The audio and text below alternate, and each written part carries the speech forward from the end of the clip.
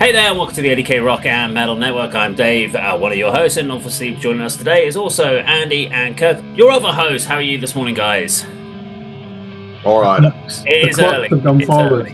Kirk has decided that we had to do a 7:30 start on a Sunday morning when the clocks go forward. So it's actually 5:30 in the morning. Yeah. You decided to do this to us. Well, I've 1 hour less sleep. All because you want to go on a countryside walk. Yeah, I've got to be selfish, get my needs, so my needs are met.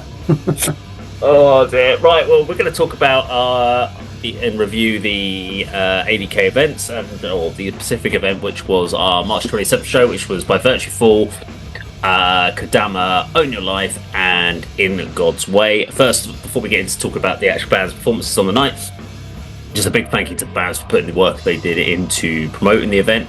Many of our events would just see like bands put 1 or 2 posts out about them, but all of these bands put a lot of effort into promoting. None of the bands are from the Cambridgeshire area. I think the closest band's probably Hertfordshire with Kodama, and they're kind of split between London and Hertfordshire area, I believe. Own Your Life in St Neots, they're not a million miles away. As well, yeah. And the other guys are kind of more Norwich way and In God's Way. I can't remember exactly where they're from either. Yeah, they're Londoners, In God's Way. So we didn't have any Cambridge-based bands, so all of these bands were trying to promote, and we had a reasonable turnout, which was good. There was a lot of people that came out to see these guys. Really big thank you to the guys for doing it. We're going to talk through each of the bands, kicking off obviously with In God's Way. I'm going to throw it round to you guys really on this one. So first impressions, Andy, In God's Way. I want to kick things off a little bit different, Dave. I just want a big shout out to all the 4 vocalists of the bands on Thursday night, because I think they were the standout performers. You know, from the sort of diminutive little guy who fronted In God's Way, through Sam Curtin of Own Your Life, Neil Bailey from Kodama, and the absolute giant of the man who fronted by Virtue Fall. I think that all of them absolutely smashed it, and obviously we'll talk about their individual performances as we go through the bands. But In God's Way, I hadn't heard of them, got a really cool logo, wasn't sure what to expect, didn't sort of check them out beforehand, but I was really, really impressed. We'll talk about the vocalist. I mean, he was commanding. There was a couple of occasions where he let out 30-second plus absolute demonic roars from somewhere, to contribute to parts of the songs.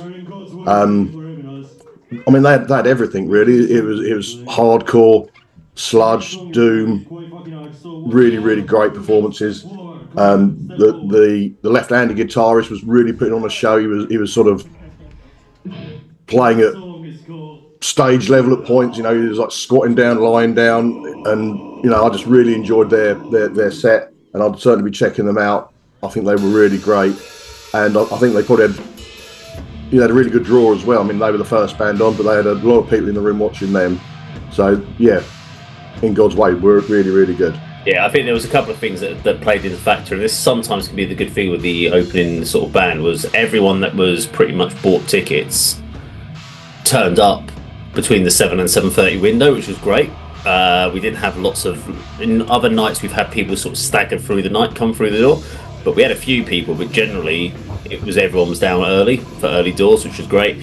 And also we had the fact that first band on, we also had all the other bands out there front. We didn't have loads of people out back in the smoking areas. So I think for that first band on, everyone was in the venue. Now, it did differ throughout the rest of the night, where we had band changeovers where people were out back. We had merch guys that were at the front with the bands at the beginning, were behind merch desks during the rest of the bands. We had bands upstairs, and we had people in the smoking area. So the crowds thinned out. So rather than being... We still had crowds for every band on there, but they were specific for the rest of the bands. But yeah, I agree. It was for that first band on, everyone was there for watch the very, very first band, which is great, because normally it's not that way around. So it was really, really good. Kirk. Yeah, I reviewed their EP in November when I knew that you'd booked them in for this show. 7 out of 10. 7 out of 10. So it's a good start to the career with this EP called Slow Torture. Came out on the 25th of November 2024. I always recommend 3 albums, suggested further listening, and I mentioned the band Jungle Rot, a Republic of Ireland band called 10 Ton Slug, and then a band we're familiar with, Turin. They were the three that came to mind. And as soon as I saw them take the stage, I'm always positive when I can see it's a death metal band and they've all got short hair and baseball caps, because I know that they listen to hardcore as well. And to me, that's the most interesting angle on death metal at the moment, when there's that hardcore influence. So I wouldn't really say that there was any... I wouldn't call this deathcore. And the reason why, deathcore really is metalcore with a death metal angle. This was just straight up slam metal, wasn't it, with hardcore. And there are even some new metal riffs in there as well. You're right about the left-handed guitar player. He actually looked like he should have been playing in a mirror. He had his hood up, didn't he? He looked like a street dealer. The vocalist was excellent. I think if he'd have walked in at 7:10, curiously just thinking, oh, there's some live music, it would have scared the shit out of you. Seeing this band, it really would. And yeah, Andy, the standout for me was that those disemboweled screams that he was doing, and he did hold them, didn't he, for at least 30 seconds. In fact, two of the songs even ended that way, didn't they? Yeah. Good live sound on this as well. I did notice a bit of tension with the drummer and some of the other musicians. I don't know if that's a good or a bad thing, but there are a couple of times when he looked like he had to chastise another member of the band and say, whoa, hang on, let me come in. But yeah, commanding performance. They were probably...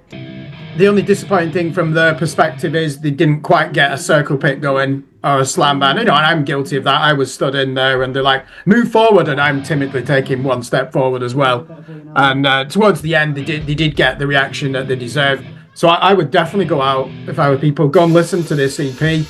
There's 6 tracks on it, I think. And yeah, I even put in the last sentence in the review, the next 18 months will give them plenty of time to design an album that's ruthless in brutality and subtle in its variation, because they were using those atmospheric panic chords, weren't they? The second guitar player, the left-handed guitar player, to go with that low-end, chugging brutality. So they've clearly got an appreciation of atmosphere as well for this type of music, which is often overlooked. And to be fair, actually, it does come through in deathcore, the genre which I've just said that they don't belong to. Okay, well, let's check out some In God's Way at the 66 Bar live.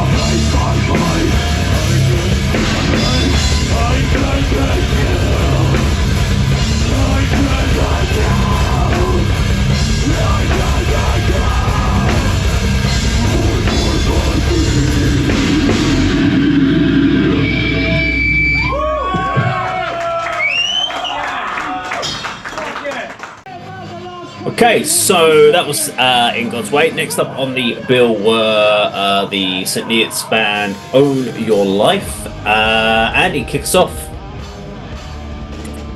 A bit of a technical issue at the start. Matt had a wireless set. Oh yeah, which I always struggle to think why do you need to, especially on a stage as small as the 6/6 bar. What You haven't got much movement space, have you, on those? But going back to In God's Way and the small stage, they sort of compact themselves right down the middle of the stage, rather than sort of the two guitarists being hidden on the wings by the speakers and everything. They made sure we saw them, and they wasn't struggling to fill that space. They worked really well together.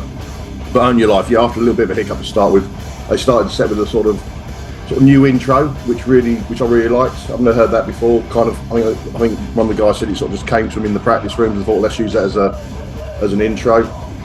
And then there's some familiar favourites from the most recent This Hate EP, and obviously some ones going back further in their career. Brand new song in there as well, which I really enjoyed. Seems to be a bit longer in playing time, which is obviously maybe something the band are sort of looking to for new material, extending the song times. But yeah, the classics were in there. This Hate, Pedantic, Cretin, of course. Like In God's Way, and for all the band, sound was excellent. Really good performance. Again, like In God's Way, Sam Kirk, the vocals, he's trying to get the crowd going, he's trying to get movement, he's trying to get pits going, but we're all a bit sort of subdued in Cambridge on a Thursday night sometimes. There were a couple of guys getting the game, as always, which we appreciate as people who put on the shows and everything. But yeah, love that Own Your Life. I think there was a hint that there's a new album in the works, which would be great, because they've released sort of several EPs over the recent years, so a full album will be excellent. Hopefully some of these songs we all know and love will be sort of re-recorded and put back on there, and with some new ones. So yeah, looking forward to what Own Your Life bringing in 2025. Kirk. The live sound, we need to start with that. That is the best guitar tone I've heard in the 6/6 bar, and I complimented our friend on is a sound engineer on the night. That was as close to perfection as you'll get. And I was with Stephen Theobald from the band A Stranger. He said, you would think you were listening to a record, the way that they've captured that chunky brutality of the guitars. I call it the zap of the guitars. It's like choo, choo, choo, choo. It's so hard to get that really thick, palm muted sound, and they do it perfect. Now with Own Your Life, so Andy mentioned the 2023 EP This Hate. That was a 9 out of 10, by the way, in Scream Blast Repeat. The three bands that I recommended for people who might like this was Cage Fight, the band Integrity, and then Memoriam, which is the spin-off from Bolt Thrower, really, isn't it? And if you just listen to this music, these have got the most colossal guitar riffs. This is a metal band, really, isn't it? There's some really impressive technicalities in there, but they don't need to give you 10 riffs with extravagant fills. You just get 4 each song, and they absolutely smash it, don't they? And when I said to Stephen Theobald, who'd just been to watch Knock Loose the week before, I said, where would you put these? He said, these definitely would have been good enough, to be opening for Knock Loose. They've got that same sound. Just absolute brutal, some of those riffs. And then Sam Curtin, every song, when he's starting and the drums are coming in and accenting those chromatic riffs, he's like, dun, dun, dun, dun, dun. He's like, you just have no choice but to get going. And it was the closest I came to like a euphoric moment, because it's that loud. Sometimes when you can just scream, fuck yeah, at the top of your lungs and no one's going to hear you. I have one of those moments where you can just let it all out. And good to hear a new song in there. And Chris, the guitar player, really likes his black metal as well.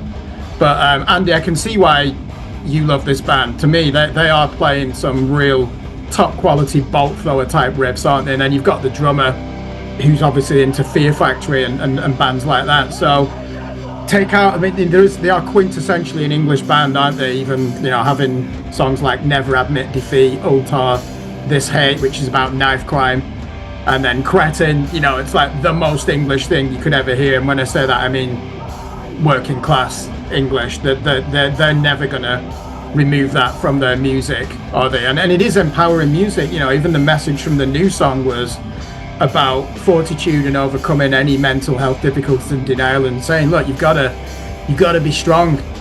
Self-reliance, which comes through in the music of legendary artists like Cro-Mag. So in spirit, they're still hardcore to me. This is clearly a metal band now.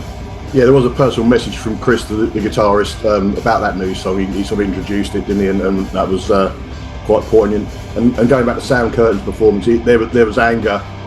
He was an angry man that night, and he put that through to the crowd from banging his chest and hitting his head on the mic. He wanted to do that show, and yeah, absolutely smashed it, didn't they? Okay, well, let's check out some Own Your Life live from the 6-6 bar.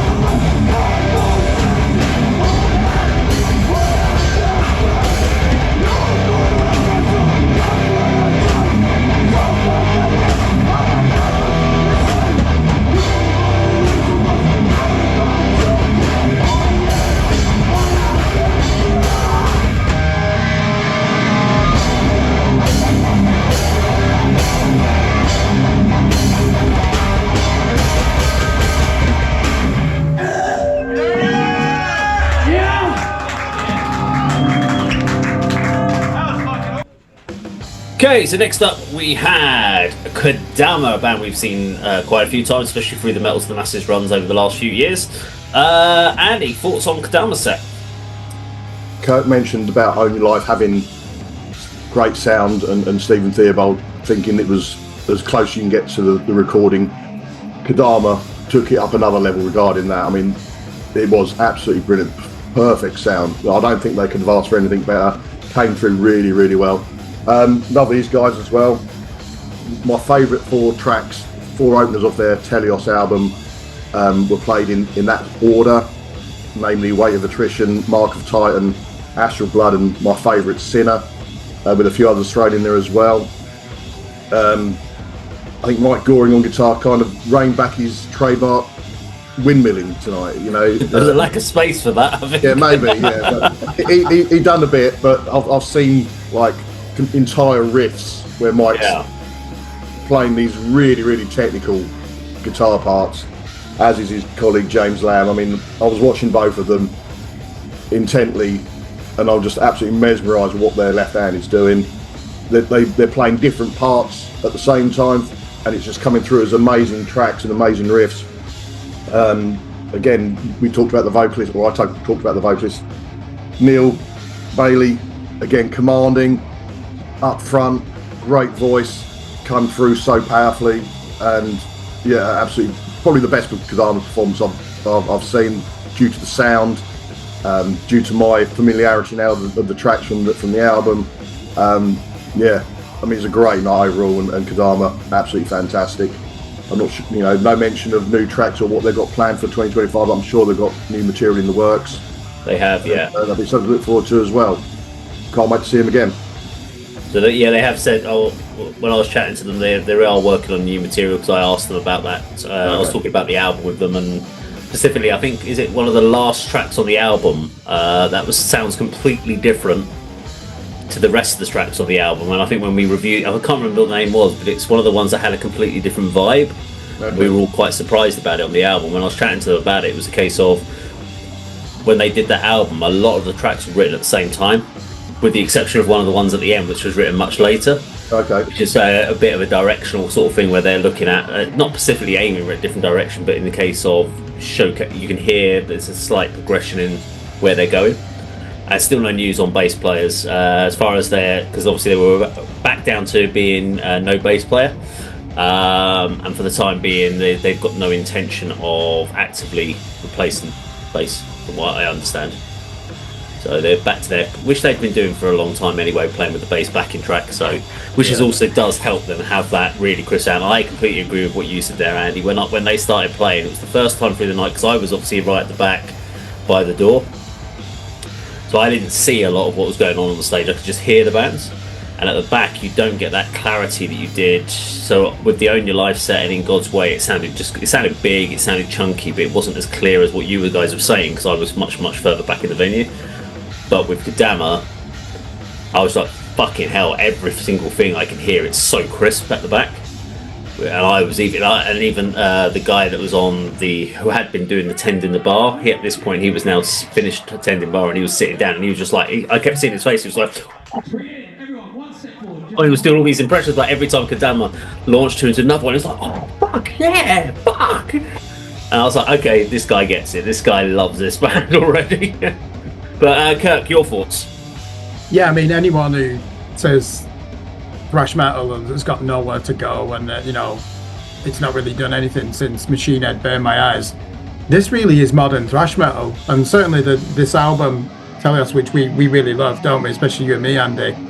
You're right. The riffs are incredible. They've got that groove. So Dave, you're gonna like that, aren't you? It's very muscular and energetic music. And Neil Bailey, I like the vocals that you just get it. It's like, you know which band I'm going to mention. It's like Meshuggah or Gojira, where they're just absolutely going through the microphone as if they're going to tear it apart, aren't they?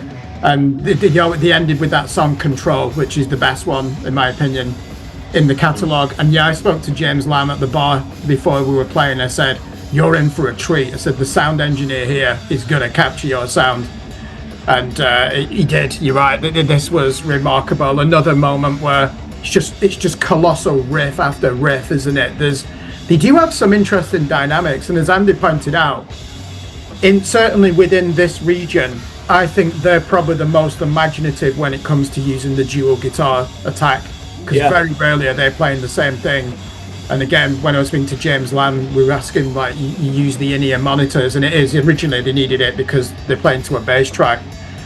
But I said, you're going to need it anyway, aren't you? Because you need to be listening to what Mike's playing. And, you know, this isn't just like in 4/4 timing either.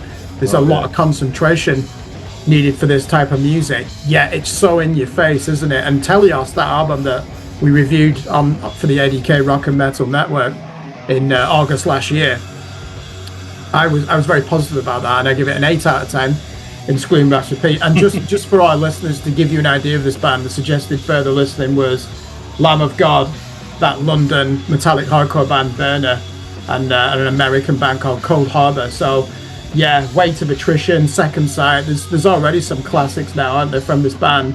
I think that it'd be good if they can get an album out in the next 2 years. This is a band that would be ideal for Church Road Records. 75% of the band are now living in London, so they're in the right place. And they've gone as far as they can go in terms of grassroots and entering metal to the masses. They're capable, or they're looking beyond that now, aren't they? They're not just a band that should be coming in and playing second on the bill. I think they can start looking at getting out and doing some weekend touring, certainly for Telos, because we're only months into the album cycle, and this was at least 2 years in the making. So don't just, do go out and promote it and live off this for 18 months if you need to, because they've got enough songs now, they've got the live sound, and they could easily have headlined this show, I think is what I'm basically trying to say. Okay, well, let's check out Kodama live at the 66 Bar.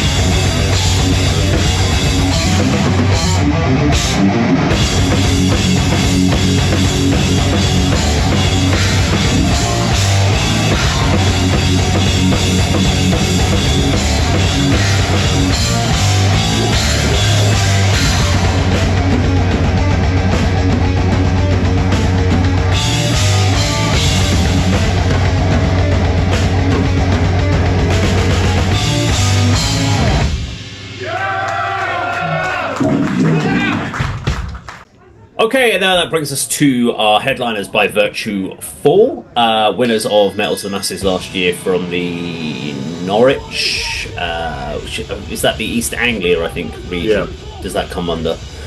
So they won their Metal to the Masses and played, obviously, Bloodstock's New Blood stage last year. We also interviewed the guys on the channel a few weeks back. We talked about the whole experience of Bloodstock, etc., and plans for the future. So, thoughts around this band. Now, Andy, I do know that unfortunately you had to shoot off about halfway through, so you didn't get a chance, but you did get to see some of the set. So, thoughts on By Virtue Fall? I mean, I didn't know they'd won Metal to the Masses. I mean, I did follow that particular competition, but more the sort of Cambridge heats and everything. But I mean, worthy winners from what I heard. Yeah, they were excellent. I don't know if you captured or knew this, Dave, or heard from where you were sitting, but Mike Goring from Kodama said when he initially started the band with James Lamb, they were called By Virtue Fall, which is one hell of a coincidence. Yeah. And I think there was an exchange from the guys on stage to By Virtue Fall in the merch desk about, can we have your old logos and all that kind of thing. I thought that was quite I mean, that's what a strange event that was. But I mean, I mentioned vocalists at the beginning of this session. I mean, the guy who fronts this band, he towers over me, and I'm 6'3". What a front man, just by his sheer physical presence. But I mean, he had some fantastic vocals. I think the second song, which was the last one I saw, unfortunately, was, I mean, you won't be a fan of this, but he let out one of them sort of deathcore slam pig squeals for, again, in on for 30 seconds. I mean, that's some technique as well to be able to do that. It was one of those bands where I think I would really, really enjoy their set if I was familiar with the material. I mean, what I heard, they were excellent musicians, as I said, worthy winners, I'm sure, of the Metal to the Masses competition and a Bloodstock appearance, but certainly one for me to check out. And again, the live sound was excellent. I'm sure matches their recording material as well. But I will pass it on to Kirk. I'm sure he's got a much better analysis and opinion of this band. But yeah, what a great night! Sound throughout, band's performances, and as you said, Dave, a decent turnout, which you must have been pleased about as well. Yeah, Kirk, thoughts? Good to see that everybody was here for when they came on stage. Apart from me. Well, you didn't even knew there for a couple of songs, then you had to shoot off, which is understandable on a Thursday night. I like the self-belief of this band. There's definitely a buzz about this band that I haven't really seen in the last couple of years. Maybe the last band to generate that buzz was Muskill, in our scene. Yeah. And these have definitely got that. And there were people who were there who travelled probably from Norwich, certainly from Norfolk, just to be at that show. And they've already got loyal supporters. Fantastic live band. The vocalist, he just belongs up there, or perhaps not even on stage, but off stage. How many times was he in amongst the crowd? And he loved it, and there's nothing arrogant or complacent about that. They don't believe, we must be worshipped, or it's an insult if you're not getting involved. They're just able to generate that level of participation, and that self-belief comes through. These are, I've mentioned that band already, Two In, who was signed to Monarch Heavy Records, who we've reviewed on here. They reminded me of them. There are elements of metalcore, deathcore, hardcore, and slam, isn't it? When we say slam, also known as brutal death metal, where you get a lot of that down chugging and really fast 16th notes, on the double kick drums. These had more groove than I was expecting, and like the first band, they were not scared to sometimes slow it right down, to like sludge metal levels, which is good to see, because I think the easiest thing to do, especially when you're younger, in your early 20s or mid 20s, is like, let's try and play as fast as possible. And now it's good to see that even those bands, from the current generation, are starting to see the value in sometimes slowing it down and contrasting the tempo. So yeah, it's the only thing I would say is I had to shoot off, I think, just before the last song as well to get on the train. And this was definitely the heaviest show we've put on at ADK. And again, this is another one. If you'd have walked in off the street and you had a passing interest in guitar music, you would have been thinking, what the fuck is this? This is so hostile and aggressive, the type of thing we love. So worthy headliners, can see why they won metal to the masses. And yeah, I just want to repeat, the buzz around this band is deafening, really, isn't it? You can see that people expect them to go on and probably land a deal with Spinefarm or, you know, one of the Monarch heavy records, something like that. And fair play to them. I hope that's what they managed to achieve. Well, let's go check them out live. So this is, we're going to wrap this up on. So thank you very much for joining us today. But this is By Virtue Fall live from the 6-6 bar. Take care.